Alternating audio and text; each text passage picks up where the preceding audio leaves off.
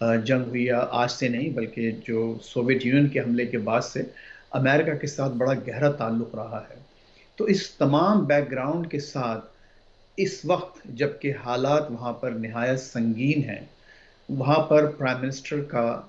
اور جیسا کہ فارن آفس نے کہا ہے کہ تقریباً یہ 29 سال بعد یہ دورہ ہو رہا ہے،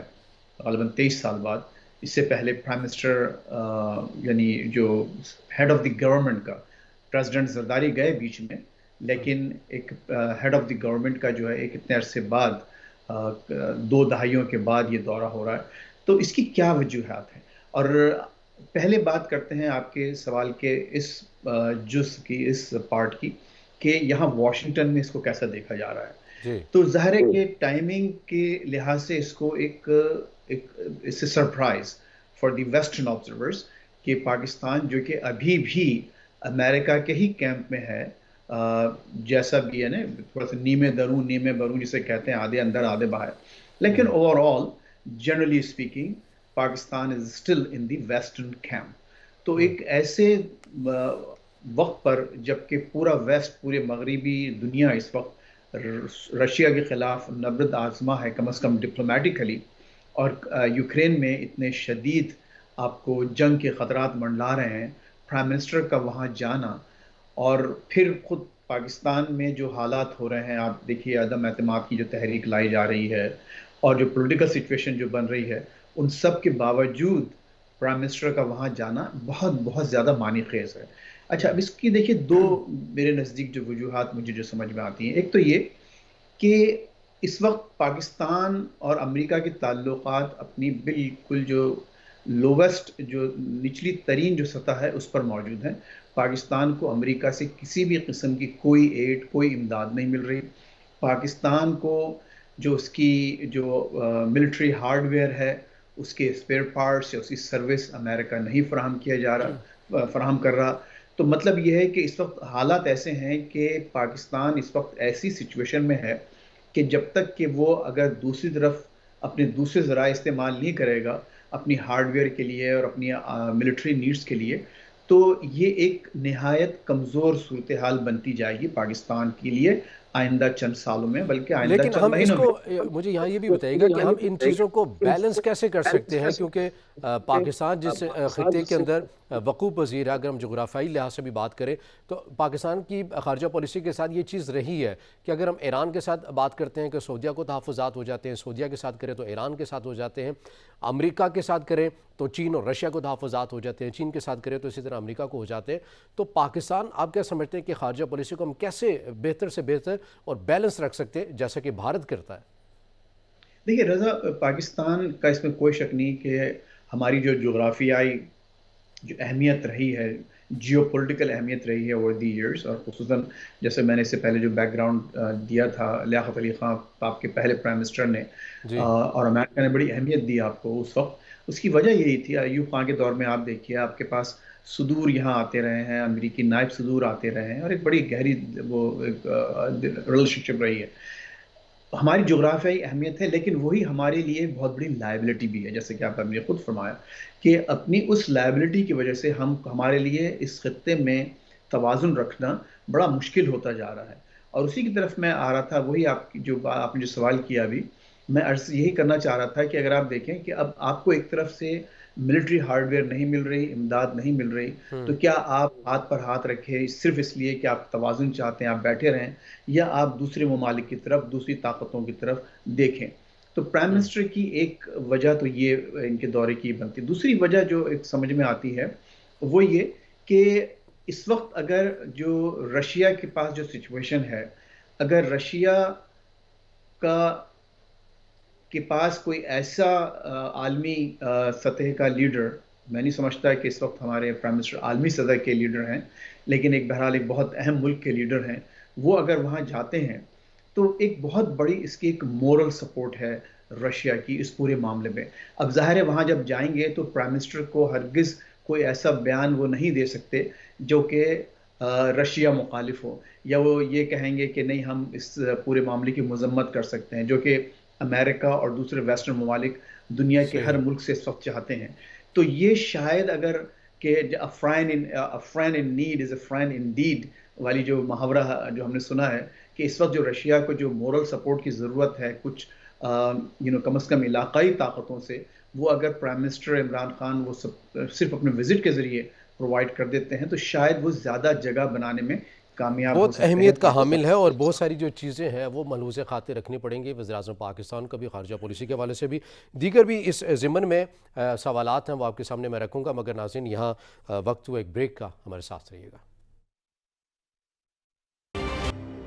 بریک کے بعد ناظرین پروگرام میں آپ کو خوش آمدید کہیں گے، اور ہم بات کریں کہ وزیراعظم پاکستان کے دورہ روس کے حوالے سے یہ دورہ کتنی اہمیت کا حامل ہے۔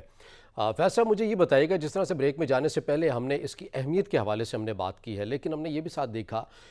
نیٹ پرائس کی جانب سے ایک سٹیٹمنٹ دی گئی تھی جس میں کہا گیا تھا جب پاکستان نے دورہ کیا تھا چین کا سرمائی اولمپکس کے اوپر، کہ پاکستان بالکل امریکہ کا ایک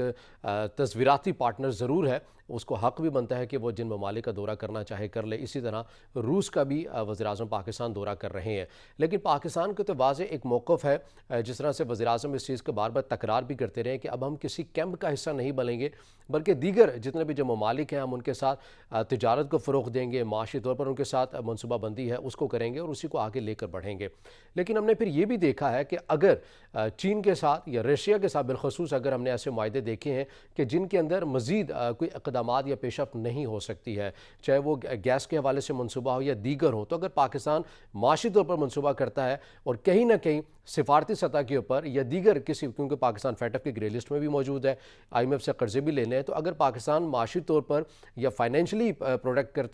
کرتا ہے رشیا کے ساتھ، تو پھر اس بات میں کتنی صداقت رہ جاتی ہے کہ پیچھے کہ واقعی امریکہ کوئی عمل دخل نہیں کرے گا، کوئی پریشرائز نہیں کرے گا اور بالکل ایک نیوٹرل کا کردار ادا کرے گا، یا پھر پریشرائز کرے گا پاکستان کو؟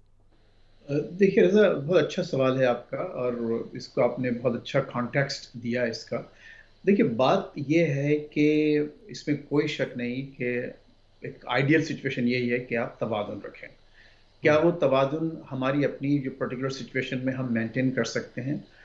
جو اندری حالات under the circumstances, I don't think so کہ یہ پاسبل ہے۔ جو اس کی دیکھیے وجوہات ہیں،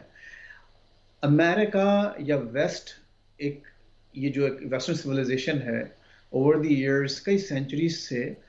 ان کا جو ایک ریئیکٹ کرنے کا طریقہ کار ہے وہ ایک ڈفرینٹ طریقہ کار ہے۔ آپ یہاں پر فوری طور پر کوئی ایسی چیز نہیں دیکھتے کہ جس سے کہ آپ کو واضح طور پر کوئی چیز سامنے آ جائے کہ نہیں بالکل ہمارے مطلب جیسے ہمارے پاس ایسا نہیں ہوگا کہ شیخ رشید صاحب کی طرح کوئی کھڑے ہو کر ایک واضح اعلان کر دے گا نہیں جی پاکستان کو یا تو یہاں آنا ہے یا وہاں جانا ہے۔ یہ لوگ اپنے تمام برجز کبھی بھی نہیں جلاتے کسی بھی قوم کے ساتھ، کسی بھی ملک کے ساتھ۔ آپ یہ دیکھیے کہ چائنا کو انہوں نے باقاعدہ اپنا ایک اینیمی قرار دیا ہے پیپرز میں، اور کہا ہے کہ ہمارا سب سے بڑا آبجیکٹو یہ ہے کہ اس کو کنٹین کریں۔ لیکن آپ یہ دیکھیں کہ اب تک چائنا کے ساتھ جو hundreds of billions of dollars کی جو ٹریڈ ہے اس پر کوئی اثر نہیں پڑا، کوئی ایسی بیان بازی نہیں ہوتی اتنی شدید کہ جس سے لگے کہ اب یہ حالات اور واقعات جو بالکل ختم ہونے والے ہیں، تعلقات ٹوٹنے والے ہیں۔ تو اگر امریکہ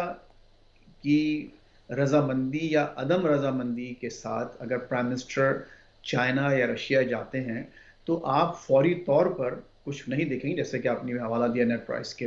ٹھیک ہے پاکستان کا اپنا حق ہے، پاکستان ایک سوورن اسٹیٹ ہے، لیکن ایک بات میں آپ کو بتا سکتا ہوں، واشنگٹن میں بیٹھا ہوا یہاں پر موجود ہوں، کہ یہاں پر اس کو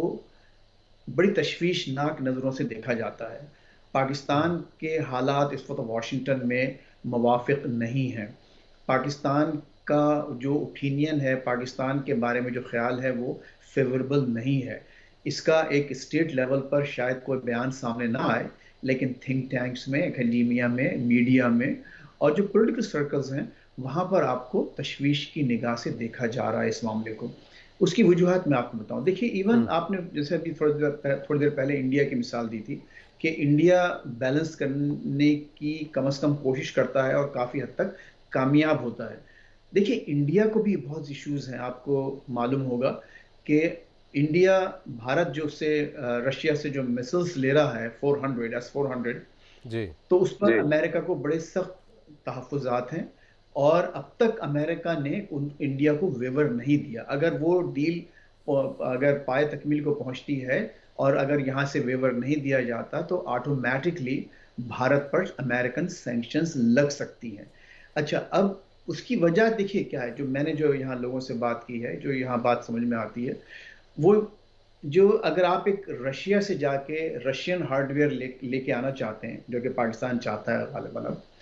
اور انڈیا بھی کر رہا ہے، اور آپ کے پاس امریکن ہارڈ ویئر ہے، تو وہ یہ سمجھتے ہیں امریکنز یا امریکن لیڈرشپ کا یہ خیال ہے کہ سوویت یونین کی ٹیکنالوجی اگر ان ممالک میں آئے گی تو جب اس کا انٹریکشن امریکن ٹیکنالوجی کے ساتھ ہوگا تو امریکن ٹیکنالوجی کے جو بہت سے راز ہیں اور بہت سی جو اس کی جو فنکشنالٹیز ہیں وہ رشیا کے پاس پہنچ سکتی ہیں بہت آسانی سے، ون۔ اور نمبر ٹو، رشیا اپنی اس ٹیکنالوجی کی وجہ سے اس ریجن میں ہوتے ہوئے، بھارت میں اور پاکستان میں ہوتے ہوئے، جو پورے ریجن میں جو امریکن پریزنس ہے اس پر جاسوسی کر سکتا ہے اپنی اس ٹیکنالوجی کی وجہ سے۔ تو یہ بڑے ہی ڈیپ کنسرنز ہیں، اور ان ڈیپ کنسرنز کو آپ یہ مت سمجھیے کہ یہ صرف یہ ہے کہ نہیں جی ٹھیک ہے پاکستان کو یہاں سے نہیں ملا تو وہاں سے جا کے خرید لے۔ پاکستان کا یہ جو معاملہ ہے اس کو پورا کمپریہنسولی دیکھنا پڑے گا آپ کے پالیسی میکرز کو، اور مجھے امید یہی ہے کہ جب یہ جو میں نے یہ ٹویٹ بھی کیا ہے اسی موضوع پر، اور یہی کہتے ہوئے کیا ہے کہ مجھے امید یہ ہے کہ there is something that we don't know and that something is so important کہ یہ باقاعدہ اس ٹرپ کا، اس وزٹ کا اعلان کیا گیا ہے، اور مجھے امید یہ ہے کہ جو تمام اس کے جو پہلو ہیں اس پر یہ لوگ غور کر چکے ہوں گے۔ ادروائز آپ یہ دیکھیے کہ it could be a watershed moment for Pakistan, both ways, ادھر نیگیٹیولی اور پازیٹیولی۔ لیکن پازیٹیولی مجھے ابھی نظر نہیں آ رہا کہ اس دورے کا کوئی آپ کو امیڈیٹ یا ایون نیئر فیوچر میں کوئی پازیٹیو امپیکٹ نظر آئے گا پاکستان کی اکانومی پر یا پاکستان کی پولیٹیکل اسٹیبلٹی پر یا اور یہ پاکستان جو کی تحفظات آپ جس کا امکان اسٹیبلٹی ظاہر کر رہے ہیں کہ ایسی صورتحال پوزیٹیولی آپ کو فی الحال نظر نہیں آ رہی، یہ آپ کس بنیاد کے اوپر کر رہے ہیں؟ کیا حالیہ جو صورتحال بن چکی ہے رشیا اور یوکرین کی، اور اس کے اوپر جو موقف لیا ہوا امریکہ اور دیگر ممالک نے، اس بنا کے اوپر لے رہے ہیں، یا ویسے ہی چونکہ رشیا کے ساتھ امریکہ کی تعلقات بہتر نہیں ہے تو ان بنیادوں کے اوپر آپ یہ بات کر رہے ہیں؟ دیکھیے بہت نازک معاملہ ہے نا یہ۔ اگر ایک طرف آپ ایک ملک کے، ایک سپر پاور کے، the only super power basically by far, اس کے آپ نان نیٹو الائے ہیں، ابھی بھی آپ اسٹریٹجک الائے ہیں، آپ کے ساتھ اسٹریٹجک پارٹنرشپ ہو چکی ہے، سب کچھ ہے، ٹھیک ہے، تعلقات لویسٹ ایپ پر ہیں لیکن ایک تعلقات ہیں۔ تو اگر آپ ایک ایسے معاملے پر جو کہ اس وقت امریکن فارن پالیسی کا، جو بائیڈن ایڈمنسٹریشن کا اس وقت سب سے بڑا فارن پالیسی چیلنج ہے، یوکرین کا کرائسس، اس موقع پر اگر آپ جا کر اس امریکہ کے دشمن کے پاس جا کے ساتھ بیٹھتے ہیں اور ایسی لینگویج استعمال نہیں کرتے جس سے کہ اس معاملے پر آپ کی کم از کم اگر مذمت نہیں تو کم از کم ناراضگی سامنے آ جائے، اور جا کے ظاہر ہے کہ وہ نہیں ہوگا، تو میں نہیں سمجھتا کہ it will go well in London, in Berlin and in Washington. اچھا، اب آپ کیوں کرنا چاہتے ہیں؟ جیسے میں نے کہا کہ آئی ہوپ کہ کوئی ایسی امپورٹنٹ چیز ہے جو مجھے اور آپ کو نہیں معلوم، جو ہمارے پالیسی میکرز کو معلوم ہے، ہمارے جو ارباب حل و عقد ہیں ان کو معلوم ہو کہ ہاں شاید ہمارے لیے، پاکستانی قوم کے لیے یہ موقع ایسا ہے کہ آپ رشیا جائیں اور وزٹ کریں۔ اور اگر خدا نہ خواستہ، جیسا کہ بائیڈن صاحب کہہ چکے ہیں، یہاں پر جنگ کسی بھی وقت چھیڑی جا سکتی ہے، حالانکہ ان کے اپنے یورپین جو کاؤنٹر پارٹس ہیں وہ اس میں ٹوٹلی بلیو نہیں کرتے، لیکن اگر if you go by the American statements اور امریکن پوزیشن، وہ تو جنگ کسی وقت بھی چھیڑی جا سکتی ہے۔ اور آپ نے جیسے فرمایا کہ اگر فرض کیجیے 23-24 کو اگر یہ وزیر اعظم وہاں پہنچتے ہیں، اور اس عرصے میں آج وہاں باقاعدہ شیلنگ ہوئی ہے، اس وقت جو ایسٹرن یوکرین ہے وہاں پر شیل کے ذریعے باقاعدہ حملے کیے گئے ہیں، اور جو یوکرین کے پریزیڈنٹ ہیں پریزیڈنٹ نے باقاعدہ ویسٹ کی مذمت کی ہے کہ west is not doing enough, western powers is not doing enough to stop Russia from invading Ukraine. تو آج اتنا شدید ایک بڑا انٹینس ڈیولپمنٹ ہوا ہے، اگر 2-4 روز میں کیا ہمارے پرائم منسٹر واقعی جائیں گے، یا ہو سکتا ہے کہ اگر سچویشن ایسی ڈیولپ ہو جائے تو کینسل کر دیں گے۔ تو جب اگر فرض کیجئے کہ اگر ان کو اپنا صحیح ہے۔ پوسٹ پون اچھا کرنا فیصل صاحب، پڑا، اس کے اوپر تفصیلی ہم بات کریں گے، مگر یہاں چونکہ ایک وقت ہوا ہے بریک کا، تو جب بریک کے بعد ہم واپس آئیں گے تو رشیا اور یوکرین کے جو ٹینشن ہے اس کے اوپر تفصیلی ہم بات کریں گے۔ ہمارے ساتھ رہیے گا ناظرین۔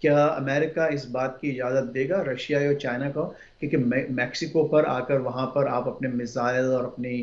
ٹینکس اور اپنی سارا جو ملٹری ہارڈ ویئر وہاں لا کے کھڑا کر دیں؟ ہر چیز نہیں دے گا امریکہ. تو یہی رشیا چاہتا ہے کہ آپ جب وہ کام جو آپ اپنے لیے بہتر نہیں سمجھتے تو آپ کس طرح سے یوکرین میں کرائسس کا بہانہ بنا کر آپ ہماری طرف جو ہے یہ سب جو اپنی ساری ملٹری ہارڈ ویئر آپ وہاں جمع کر رہے ہیں. ٹھیک ہے، boots not on the ground, لیکن ملٹری ہارڈ ویئر ٹیکنالوجی سے وہاں پہنچ رہی ہے. تو ان کی کچھ جینون وہ ہیں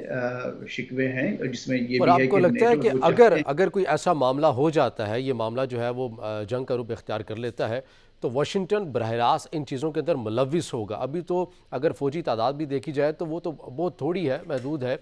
رشیا کی اس حوالے سے سرحدی علاقوں میں بات کی جائے، جس طرح کی باتیں آ رہی تھیں، علاقوں میں فوجیں بھیجی ہیں، تو آپ کو لگتا ہے کہ واشنگٹن فی الحال بیانات سے کام لے رہا ہے، عملی طور پر یوکرین اور روس کے اس معاملے کے اوپر وہ نہیں کودے گا میدان میں؟ دیکھیے، ایک تو بات انہوں نے بالکل صاف صاف کہہ دی ہے بائیڈن ایڈمنسٹریشن کہ وہ وہاں فوجیں نہیں بھیجیں گے. اگر انویژن ہوتا بھی ہے، حملہ کرتا بھی ہے، تو امریکن افواج یوکرین میں نہیں اتریں گی. یہ ایک طے شدہ معاملہ ہے. البتہ انہوں نے یہ کہا کہ ہم سینکشنز، اتنی سخت سینکشنز لگائیں گے کہ رشیا کا آگے بڑھنا بالکل ناممکن ہو جائے گا. اور وہ سینکشنز وہ ہیں جو اس وقت ایران پر لگائی گئی ہیں. آپ کو معلوم ہے کہ ایران جو ہے وہ پوری جی. عالمی بینکنگ سسٹم ہے، جسے ہم سوئفٹ کہتے ہیں، اس سے اس کو نکالا جا چکا ہے. تو یہی دھمکی بائیڈن ایڈمنسٹریشن نے رشیا کو بھی دی ہے کہ آپ پوری جو مالیاتی نظام ہے، خصوصاً بینکنگ سسٹم، اس سے آپ کو نکال دیا جائے گا. اور اس کے علاوہ سینکشنز آپ کی لگائی دی جائیں گی. آپ جو گیس ایکسپورٹ کرتے ہیں، جو آئل ایکسپورٹ کرتے ہیں، وہ آپ نہیں کر سکیں گے. تو آپ کی ہم اکانومی کو ٹرپل کر دیں گے. لیکن رشین اکانومی کو ٹرپل کرنے کا مطلب یہ ہوا کہ اس کا بہت بڑا جو ایک جو فال بیک ہوگا، یا اس کا بہت بڑا جو ایک بالکل. امپیکٹ ہوگا، یورپ پر بھی ہوگا، یورپین اکانومیز پر بھی ہوگا، اور خود اس کا پھر بالواسطہ امریکہ پر بھی ہوگا. تو یہ کہنا آسان ہے، لیکن ظاہر ہے اس وقت جو ہے بہت مشکل معاملات ہیں بائیڈن کے لیے. اور آپ یہی دیکھیے کہ اسی وجہ سے انہوں نے کل، یہاں اتوار ہے، آج وہاں پاکستان میں ہو چکا ہے، اتوار کو یہ لوگ کام نہیں کرتے، لیکن سیکورٹی کونسل کا باقاعدہ انہوں نے اجلاس بلایا ہے، اپنے نیشنل سیکورٹی کونسل کا، وائٹ ہاؤس میں ایکسٹرا آرڈنری سیشن ہے، اور جس میں یہ ڈسکس کیا جائے گا کہ اس کو کس طرح سے دیکھا جائے. لیکن دیکھیے، اس وقت پریشر بہت زیادہ ہے یوکرین پر بھی. یوکرین کے پریزیڈنٹ صاحب نے یہ کہا کہ جی آپ ہمیں فوری طور پر نیٹو میں شامل کریں، تاکہ ہمیں فوری طور پر وہ صحیح. نہ صرف کہ ہارڈ ویئر مل جائے، بلکہ ہمیں افواج بھی مل جائیں نیٹو کی. اور سینکشنز، جو بدترین سینکشنز ہو سکتی ہیں، آپ انتظار نہ کریں، اسی وقت پری ایمپٹیولی ان کو نافذ کریں، تاکہ رشیا جو ہے وہ باز رہے. ٹھیک ہے. لیکن واشنگٹن سے سینئر تجزیہ کار فیض رحمان صاحب ہمارے ساتھ موجود تھے. آپ کے وقت کا بہت شکریہ. ناظرین، آج کے پروگرام سے اتنا ہی. اجازت دیجیے. اللہ حافظ.